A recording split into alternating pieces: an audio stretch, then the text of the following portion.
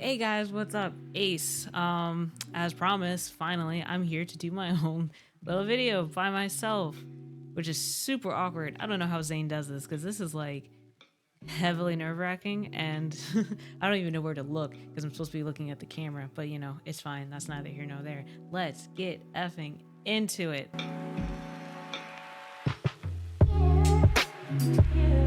Okay, so we're gonna be talking about what I think should be the next anime adaptation from Webtoons. We already have a few, and not just Webtoons. Like what Lookism was also adapted on Netflix. I believe was True Beauty on Netflix. I can't remember, but that was also a Webtoon adapted to anime. And then of course we got Noblesse, and then Tower of God, and God of High School. I can't quite recall if there was another one. I think those were like the only ones adapted from Webtoon. And of the Webtoons that did already come out, we have, I only watched really a few of them. I mean, I watched all of them, but I'm not still watching them. And mostly it's because I just feel like they weren't all adapted all that well. But I still want to see more adaptations because it's always great to see your favorite characters adapted into anime. So these are the ones that I think should be the next major adaptation. So first, starting off, is called The Greatest Estate Developer. It's a isekai, basically. This guy gets transported into this estate development book, I believe, something about that. Well, not estate development book, but he gets transported to this book that he was reading and becomes a character that isn't the greatest, like definitely not a deadbeat, but like he's doesn't make his parents proud, and he's just kind of wasting away his life. I'm fairly certain he dies drunk in a bar, but he becomes this character. Everybody hates him, and it's about him kind of bettering his image and everything, and it's super funny. And he has these weird abilities that allow him to just estate build, and you wouldn't think that it was something that would be interesting. It definitely wasn't. I don't know what made me start reading it, but I haven't stopped reading it. And I even got Zane to try to read it, and even he was like, okay, this is kind of funny. But yeah, no, I think I'm excited. I'm not excited because it's not actually happening, but I would be so excited if this were to happen. But yeah, the next one is oh, Mew, stop it. She's slapping Chopper. The next one is called Let's Play, and it's I think I can't remember if it's found somewhere else. I hate that I can't get it on Webtoon anymore. I think there's actual novels, or like not novels, but actual manhwas out there, and I'm like, I don't really buy my like manga or hard copies of anything really. Solo Leveling was like the only thing, but that was something that Zane really got. But I was like, this is something that I want to buy. I think the art is amazing, the writing is amazing. Yeah, so I think that should definitely be adapted to a Webtoon. I would love it. I love how they do emotions in that. Like that's like the biggest thing. They personify emotions in it, and yeah. Webtoon, please get on it. It's amazing. You wouldn't even have to do much. You don't even have to tweak it. Like, please don't try to tweak anything and make the story go faster, because it's just already so good, and the pacing isn't dragged out. I don't even think there's really any filler episodes to even have to worry about. Just please, just take a hold of it. Okay. The next one is I don't think any of these anybody really knows about. Honestly, I don't know what the most famous ones are. I feel like the most famous Webtoons have already kind of been adapted. I'm honestly surprised that True Beauty was, and Lookism was. I didn't think that was something that I thought I was the only one that really cared about it, but obviously not. But this next one is called My Dear Cold-Blooded Emperor.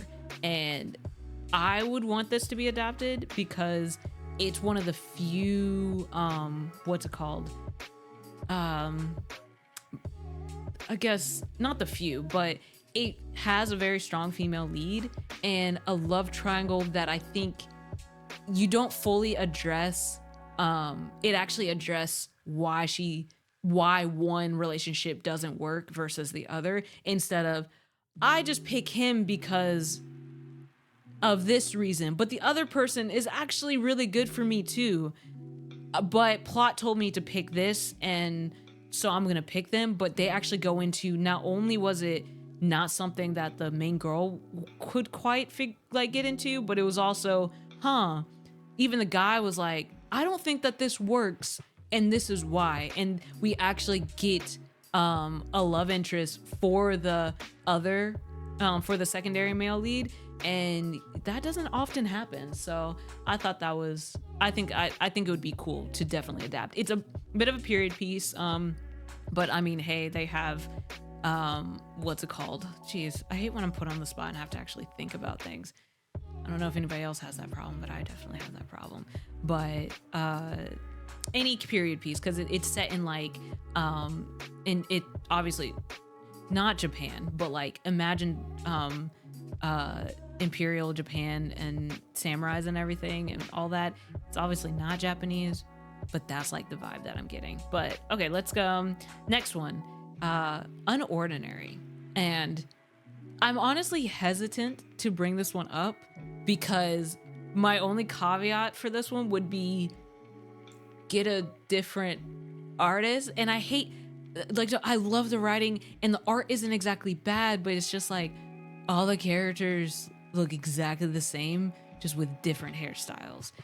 And I mean, there's anime out there that definitely have that, but usually older anime. So I would just kind of, with the caveat of that, we just kind of update that a little bit. I think this would be a phenomenal thing to see as an anime. I mean, just think My Hero Academia, basically. Like, it's a society of people with powers, and how does that work and affect the world, and just the social standings of the world, especially when you have these teenagers that are strong enough. Like, how do you govern that?